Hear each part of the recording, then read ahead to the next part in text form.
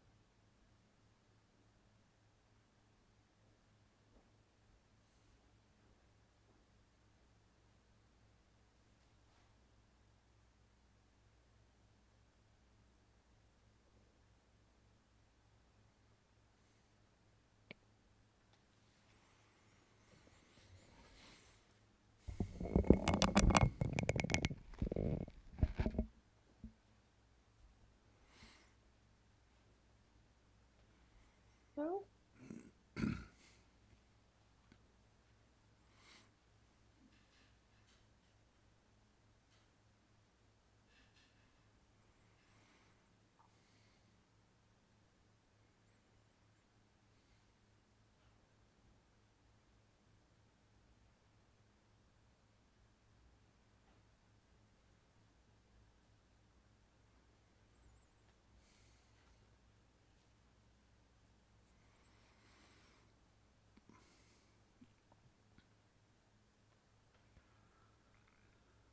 Here. All right. Good evening, everyone. We're going to continue on with reading the Gospel of Sri Ramakrishna. We're on page 901. The title of the chapter is The Master's Training of His Disciples. And we're going to jump in with a great question right away. Master, of course, is sitting in his room there in Dakshineshwar on his cot, as he usually is. And there's a few devotees in the room, one of whom is named Shyam. And Shyam has been going back and forth here with Ramakrishna about some philosophical discussions.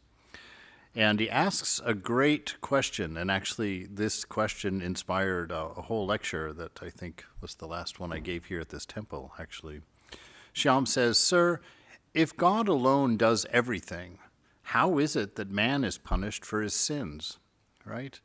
This is one of those things that's really worth a great, well, probably a series of deep meditations, deep contemplations, because Ramakrishna asserts, as many sages do, that you are not the doer, right? That you are actually not the one doing the things that you assume that you are doing. That everything that we do is in response to an external or a well, seemingly external, some sort of impulse. You know, you smell pizza, you get hungry for pizza, so you go buy a piece of pizza. You had no control over whether you smelled that pizza or not. It was just a string of events that happened because you got a sensual impulse and responded to it. And if you look deeply at the way that life goes, you find as you become more and more subtly aware of your internals that this is really the way life happens. that as long as we're ego identified or body mind identified, it's really hunger of some kind that throws us off balance and pushes us forward. Something reminds us of something. Something in the moment doesn't feel quite right, and so we set out to change it. And yet, it's all in response to, memories, sense objects, touches, thoughts, interactions with others. And one thing just constantly leads to the next. You can find this if you start watching your mind. You come to know that you cannot interject an original thought, that every thought in your mind is a product of the previous thought, and it will always be that way, because that's how the mind plays, that's how it rolls forward, that wheel of samsara, as it were. And so our friend here is asking a perfectly reasonable question. Well, if that's true, then why do I have to pay for my karma? All right? And I like what Ramakrishna does. He just simply goes to a different space in Shyam's mind. He says to Shyam, "Oh, how like a goldsmith you talk." And Narendra explains, he said, "Oh, in other words, Shyam Babu has a calculating mind, like a goldsmith who weighs things with his delicate balance." Right? Just getting in there. I had a conversation one time in Raleigh near Duke University. I was actually out in wearing monk robes and walking down one of the college streets there, and this young man comes up to me. He's a freshman in philosophy, studying philosophy, and he wanted to talk philosophy, so we started talking, and he just kept going in a loop. The conversation was he really was just looking for something to argue about, and so anything that I would say, he would pick out some random thing in there and go after it. And after a while, I told him, I said, "I'm going to excuse myself from the conversation." And he said, "Why? Don't you want to talk about these things?" I said, "Talking about these things is fine if we're looking for an answer." I said, "But I feel like I've done my time on a stationary bicycle here long enough," right? And so this is the problem, it's like, why are we studying these things? Are we studying them to find some truth? Are we studying them to learn how to live in response to them, or what they mean to the reality that we're living in? Or are we just looking for answers and just collecting philosophies, or just enjoying the idea of thinking, right? And he goes on, the master says, "I say, my foolish boy, eat the mangoes and be happy. What is the use of your calculating how many hundreds of trees, how many thousands of branches, and how many millions of leaves there are in the orchard? You've come to the orchard to eat mangoes. Eat them and be content." To Shyam, "You've been born in this world as a human being to worship God. Therefore, try to acquire love for his lotus feet. Why do you trouble yourself to know 100 other things? What will you gain by discussing philosophy? Look here. 1 ounce of liquor is enough to intoxicate you. What is the use of your trying to find out how many gallons of liquor there are in the tavern?" Doctor, "Quite so. And what is more, the wine in God's tavern is beyond all measure. There is no limit to it." The master to Shyam, "Why don't you give your power of attorney to God? Rest all of your responsibilities on him," right? So now he's kind of coming back to Shyam's statement there of why am I responsible? And so Ramakrishna is not saying that you are necessarily responsible. He says if you feel responsible, why don't you just give God the power of attorney? Why don't you give him the responsibility? Which is the essence of why that teaching is there, right? That this idea of not being the doer, it doesn't mean that you get away scot-free for for whatever's going on in your life. It's a statement of surrender, of letting go, thinning your ego, and understanding that this world is unfolding around you, right? It's enough to know your nature. What is your nature? It's of pure love, pure wisdom, pure being. And so live from that place. Don't go following after things that occur to the senses, that are probed by the mind. Go by inspiration and not by imbalance. Meaning, don't let the moment, when you perceive this moment is divine. It's perfect, always perfect, right? And so you sit there, you either have to surrender to that notion, this moment is perfect, and begin to find a sense of self that can experience this moment as perfect, which means to let go of the body, because moments are very rarely perfect for the body, and to let go of the mind, because moments are very rarely perfect for the mind, but they're perfect for the self, they're perfect for the knower. And so try to find that witnessing space within that's separate from your mind, separate from your body. It's the watcher of both of them. And simply observe. Don't be interested in any particular thing. Watch as much of the story at once as possible and surrender to it. And in that letting go of mind, that letting go of egoism, you'll find your natural bliss within you. And so this is what Ramakrishna is saying. He said, now in you, Satchitananda is sounding. Right? But you're distracted by the changes of the mind, by the fluctuations of thought, by the impulses of sensations in the body from sense objects and things in the world. He's saying, let go of those. There's something happening in the silence behind you that you're not paying attention to. And that is this song of God, this Satchitananda, that is playing a constant hum of bliss, of contentment, a constant comfort of wisdom, of knowing, and that it's not going to find its way into the mind because it can't be broken into words. There's no subject, object, verb. It's a oneness. It's a stillness. And in that stillness, the awareness of who you are becomes obvious. But your mind can never tell you, because your mind can never find the words to describe something that cannot fit without that triad of subject, object, verb. Right? And the doctor's saying, even if you could, it's an infinite amount of bliss, an infinite amount of love, an infinite amount of intoxication. We see that in the life of the great saints. They're constantly slipping into these ecstasies. It's not a super state of any kind. That's the natural state of one seeing the moment as it is. Seeing the moment is divinity, that this moment is God. It is the I am, the name of God. And to experience it as such is what he's saying to Shyam. Give your power of attorney to God. Rest all of your responsibilities on him. If you entrust an honest man with your responsibilities, will he misuse his power over you? God alone knows whether or not he will punish you for your sins. Doctor, God alone knows what is in his mind. How can a man guess it? God is beyond all of our calculations. Master to Shyam, that's the one theme of you Calcutta people.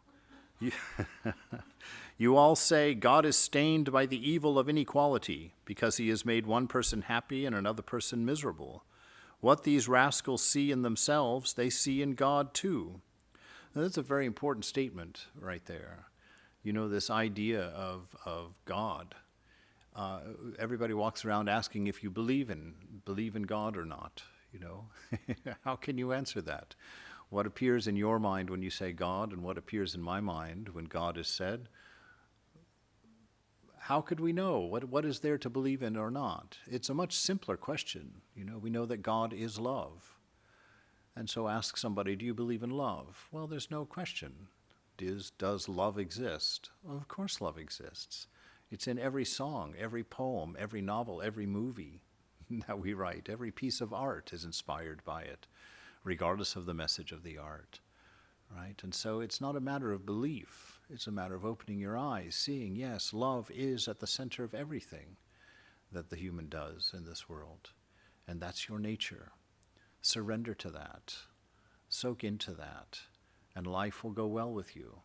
To have yourself surrender your responsibilities to divine love is a wonderful thing to do. That divine love is never violated. It always hopes, always trusts, always believes. Love never fails, right? So it's a worthy surrender. And so your practice can follow that light. Instead of trying to accomplish something, instead of trying to achieve something, which is nonsense because you are already that. Everything you seek is just behind your thought. Stop the thought and enjoy the mangoes, right? Don't jump into the thought and make it worse.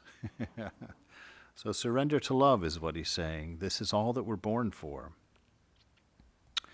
Hem used to come to the temple garden at Dakshineshwar Whenever he chanced to meet me, he would say, "Well, priest, is there only one thing worth having in this world?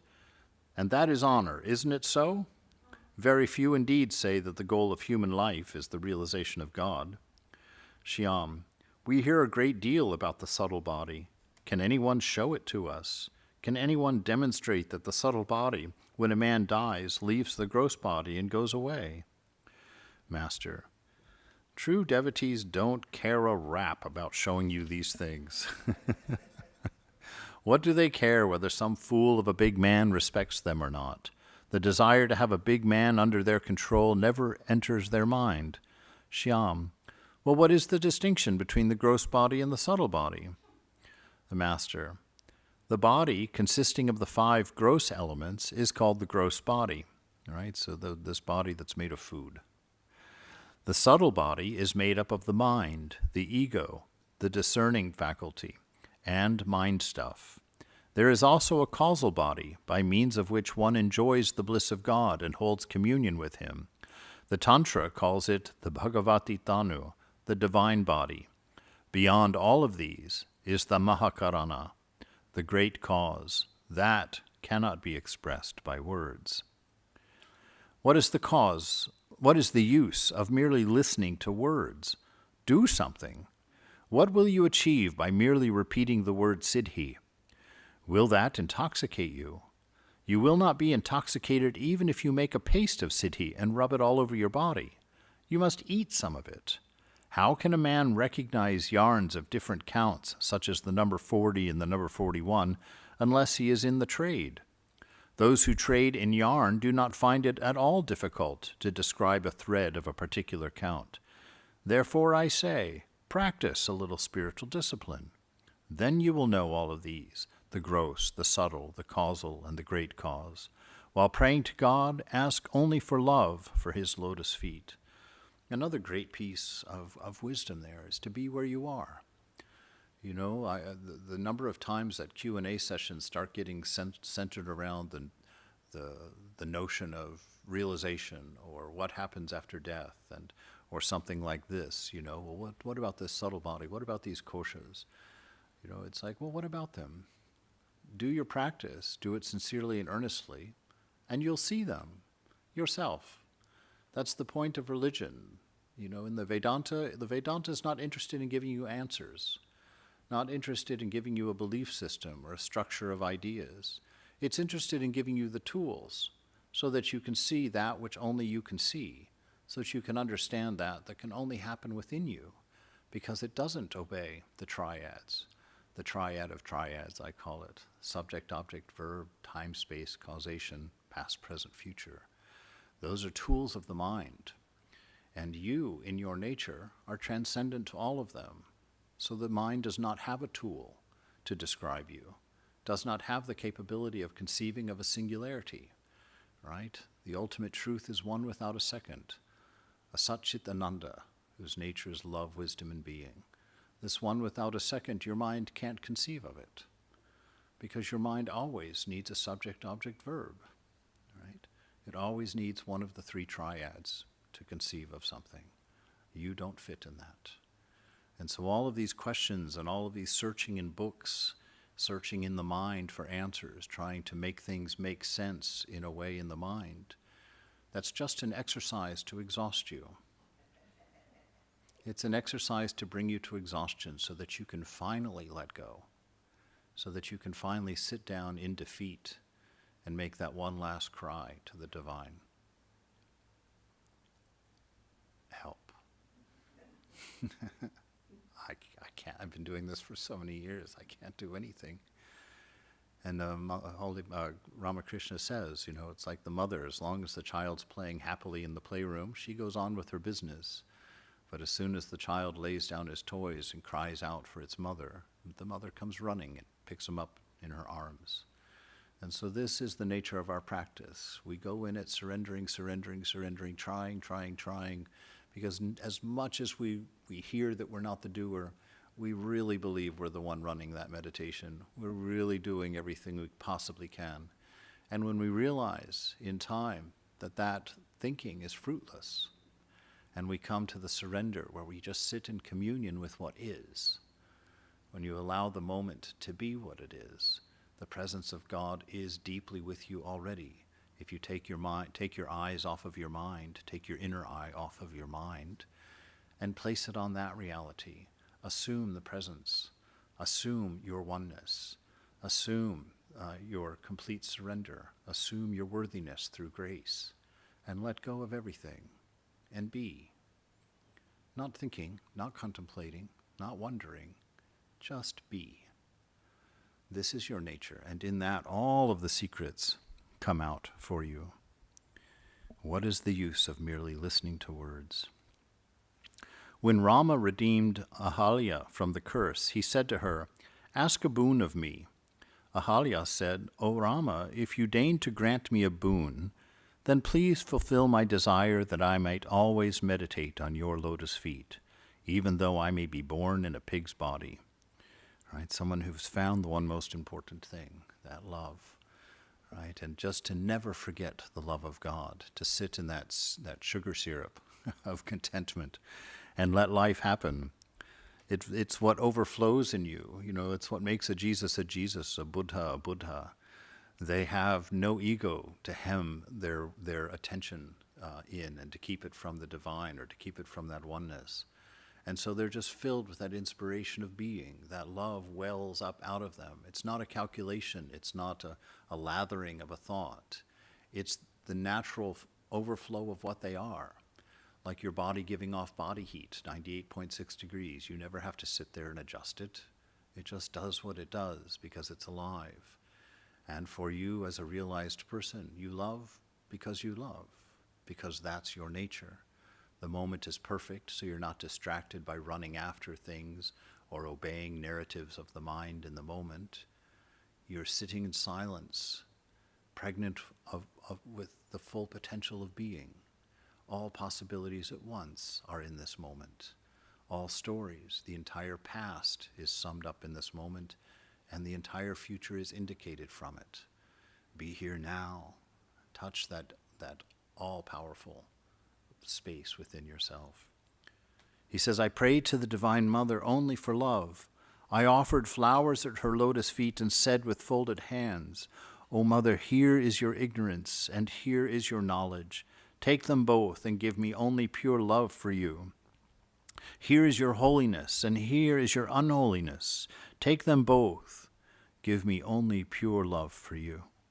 Here is your virtue. Here is your sin. Here is your good and here is your evil. Take them all. Give me only pure love for you. Here is your dharma and here is your adharma. Take them both. Give me only pure love for you."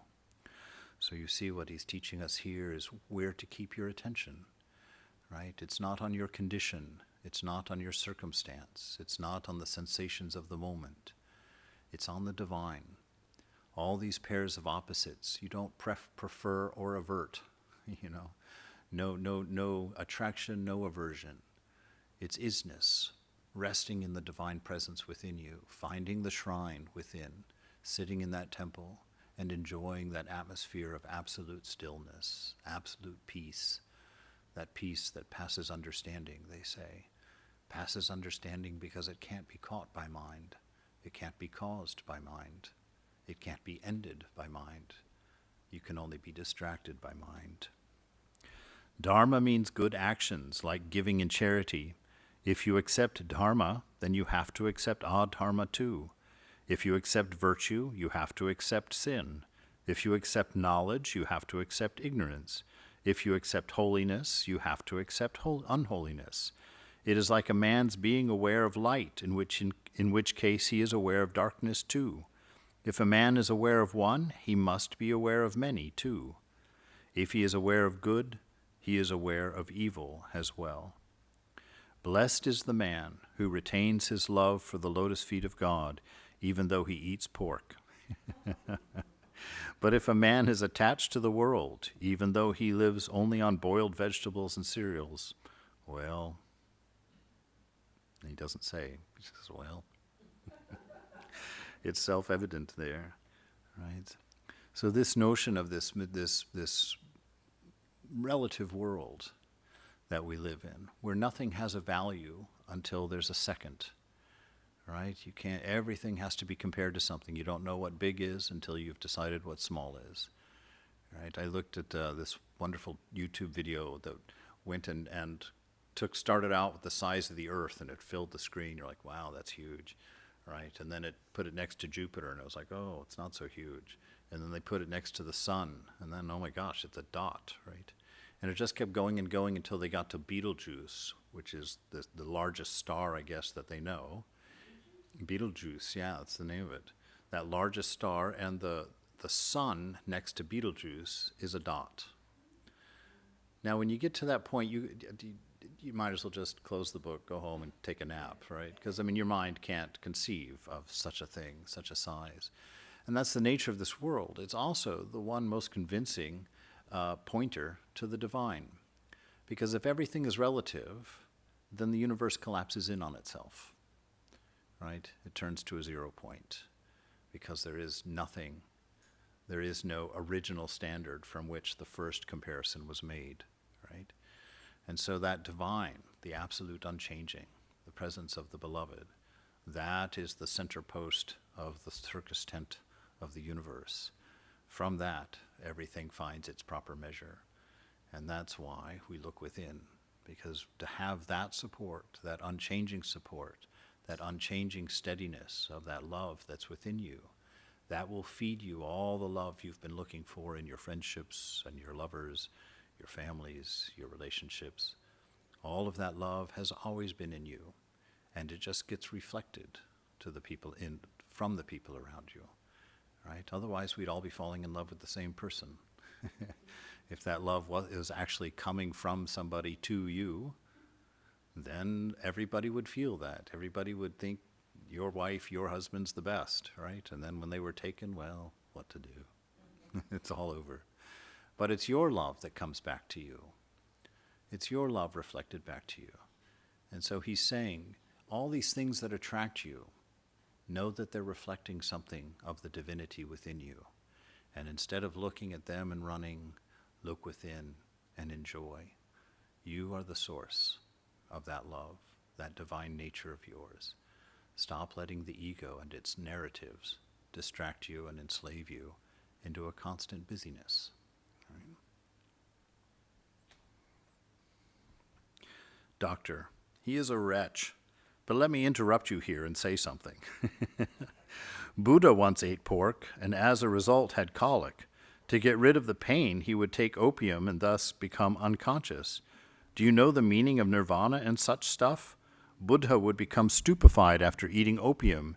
He would have no consciousness of the outer world. This is what they call nirvana. All right.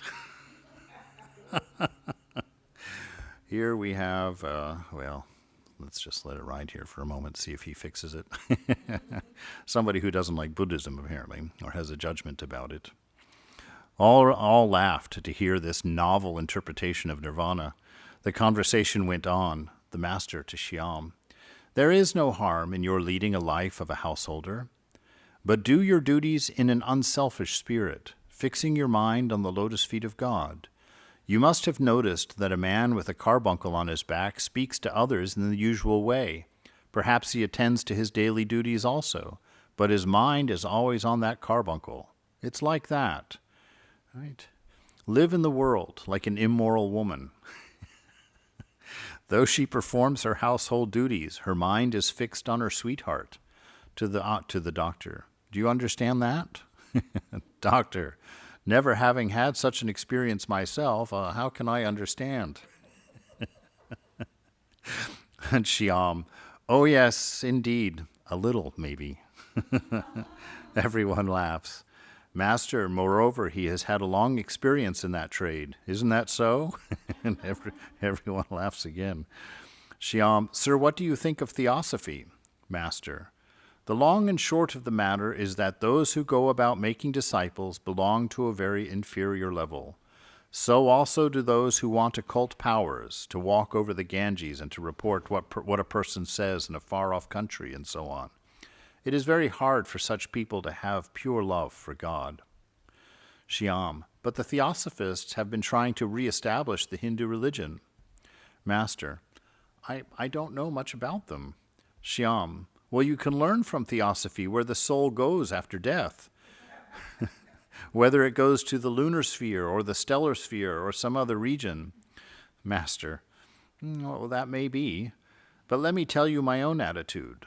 Once a man asked Hanuman, "What day of the lunar fortnight is it?" And Hanuman replied, "I know nothing about the day of the week, the day of the lunar fortnight, the position of the stars in the sky, or any such things. On Rama alone I meditate. That is my attitude as well." Right? And so it's this notion that you don't need to do the calculations. All thought is born of egoism, born of a sense of doership. It's you choosing a particular.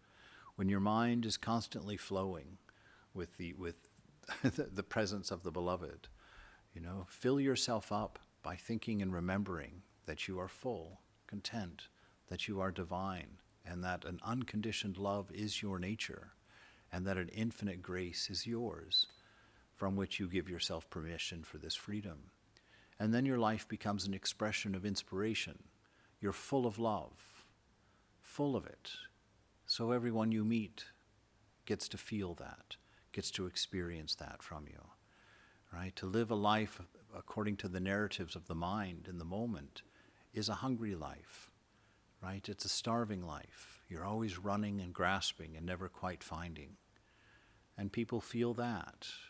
And we all know what that is like. We live in a world that is that. But imagine needing nothing in the moment, and that your action happens through the inspiration of your love and your wisdom, through your being. Imagine not doing something because you were hungry or needy, or because something was wrong and needed fixing. Imagine being so drunk on love that it just oozes, expresses like body heat from you. Always doing the right thing because selfishness is not a part of your vocabulary, because you see yourself in everyone. You have found that love within yourself, and when you look at everyone else, you're reminded of it. You see it in their eyes, and you touch them, you experience them, you find safety in one another, you find union in one another. And what is born of that? Your perfection, your freedom. Shyam, he's tenacious here. The Theosophists believe in the existence of Mahatmas. Do you believe in them, sir? Master, if you believe in my words, I say yes, but now please leave these matters alone. Come here again when I am a little better. Some way will be found for you to attain peace of mind, if you have faith in me. You must have noticed that I don't accept any gift of money or clothes. We do not take any collection here. That's why so many people come. To the doctor, if you won't take offense, I shall tell you something. It is this: you have had enough of these things, such as money, honor, lecturing, and so on. Now, for a few days, direct your mind to God, and come here now and then.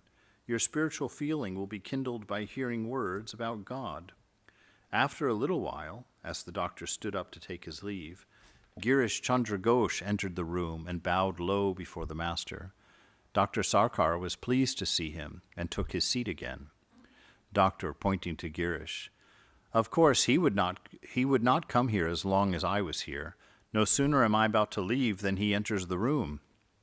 Girish and Dr. Sarkar begin to talk about the science association established by the latter. Master, will you take me there one day? Doctor, if you go there, you will lose all consciousness at the sight of the wondrous works of God. Master, oh, indeed. Doctor to Girish, whatever you may do, please do not worship him as God. You are turning the head of this good man. Girish, what else can I do? How else shall I regard a person who has taken me across the ocean of this world, and what is still more, the ocean of doubt? There is nothing in him that I do not hold sacred. Can I ever look on even his excreta as filthy? Doctor, this question of excreta doesn't bother me. I too have no feeling of repugnance. See, it really shows you. Ramakrishna talks about the nature of mind and how it takes on whatever you soak it in, whatever you expose yourself to. Your mind becomes colored by it.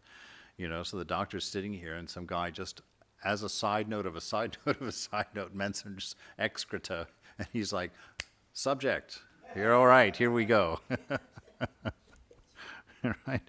So know that in the world, there was a time when some of the men in Ramakrishna's room were sitting around talking about, oh, the younger generation, they're going to the dogs, the world is falling apart, nothing good is happening. And Ramakrishna comes over and he says, what are you talking about? And they tell him, and he scolds them. He said, what kind of talk is this? You create what you think. Right? And if you pay attention to a world that's dilapidated and falling apart, and paying attention to all the wrongs and all the unrighteousness in it and all the things happening in it, that's an endless tunnel to run through. And it places your mind in that negative space. And if somebody runs into you, what do they experience? That negative space that you're in. So it's not a matter of denial that we're talking about here. It's a matter of surrender. The world is as it is. There are always equal parts. You pay attention to those things that are born of your nature, those things that are born of love, those things that are born of wisdom. Talk about those things, read about those things, share those things, and what will people experience then? A vision, some inspiration, some help, right? You'll be there for people because you're able to be there for yourself. You'll have something to give because you'll know what you are, and it won't have to be calculated. You'll achieve that authenticity that so many are talking about these days. Once a grocer's child was brought to me in my office for treatment. His bowels moved then and there. All covered their noses with cloths, but I sat by his side for half an hour without putting a handkerchief to my nose. Besides, I cannot cover my nose when the scavenger passes by me with a tub on his head. No, I cannot do that. I know very well that there is no difference between a scavenger and myself. Why should I look down on him? Can't I take the dust of his, meaning Sri Ramakrishna's feet? Look here. The doctor saluted Sri Ramakrishna and touched the master's feet with his forehead. Girish, oh, the angels are saying, blessed, blessed be this auspicious moment. Doctor, what is there to marvel at the taking of the dust of a man's feet? I can take the dust of everybody's feet. Give me, all of you, the dust of your feet. What a character.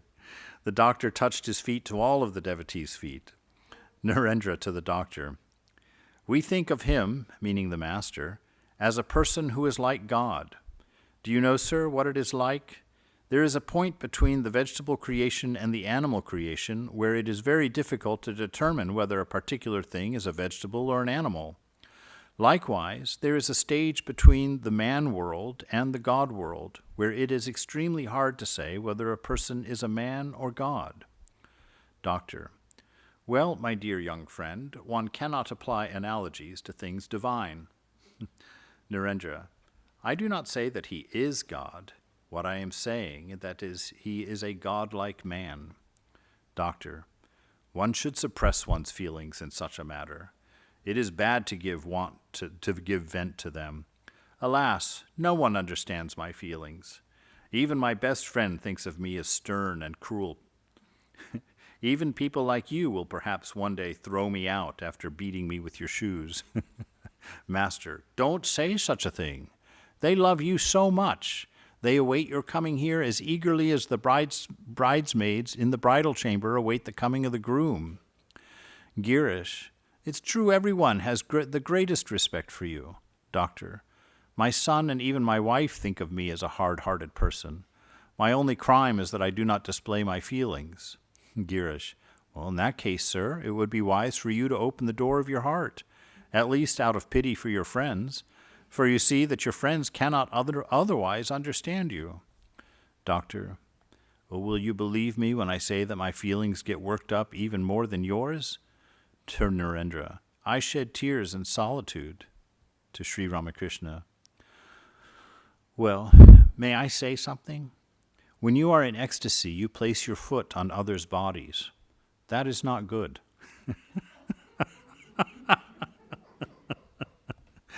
Master, do you think I know at the time that I'm touching another person with my foot? Doctor, You feel that it is not the right thing to do, don't you? Master, how can I explain to you what I experience in samadhi? After coming down from that state, I think sometimes that my illness may be due to samadhi. The thing is, the thought of God makes me mad. All this is the result of my divine madness. How can I help it? Doctor, now he accepts my view. He expresses regret for what he does. He is conscious that the act is sinful.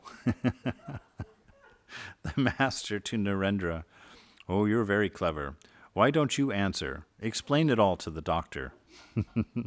Girish to the doctor, sir, you are mistaken. It is not expressing regret for touching the bodies of his devotees during samadhi. His own body is pure, untouched by any sin. That he touches others in this way is for their good.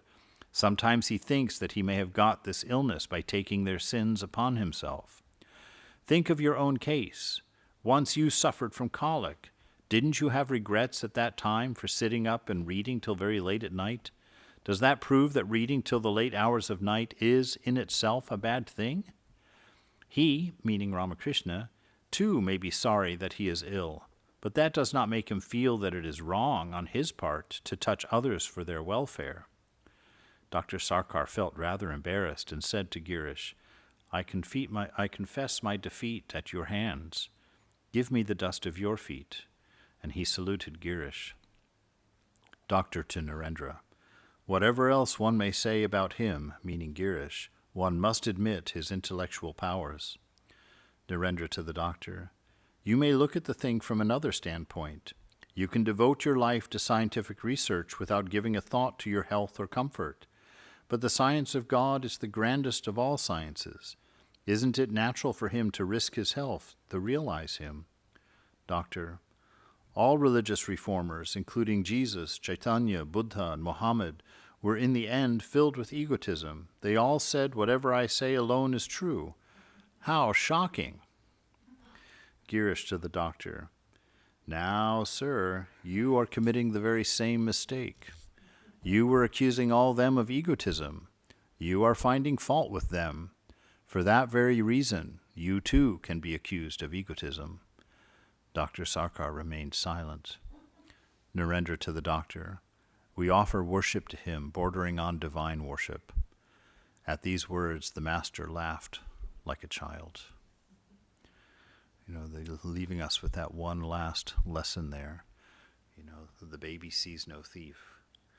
It's like whenever you are finding fault with others, know that you can only see that fault because it exists in you as well. Right? It's always a good spiritual practice to sit down and write down what's wrong with the person you like the least. And then go through that list and with great discernment, great honesty in yourself, go through and look and see those things there.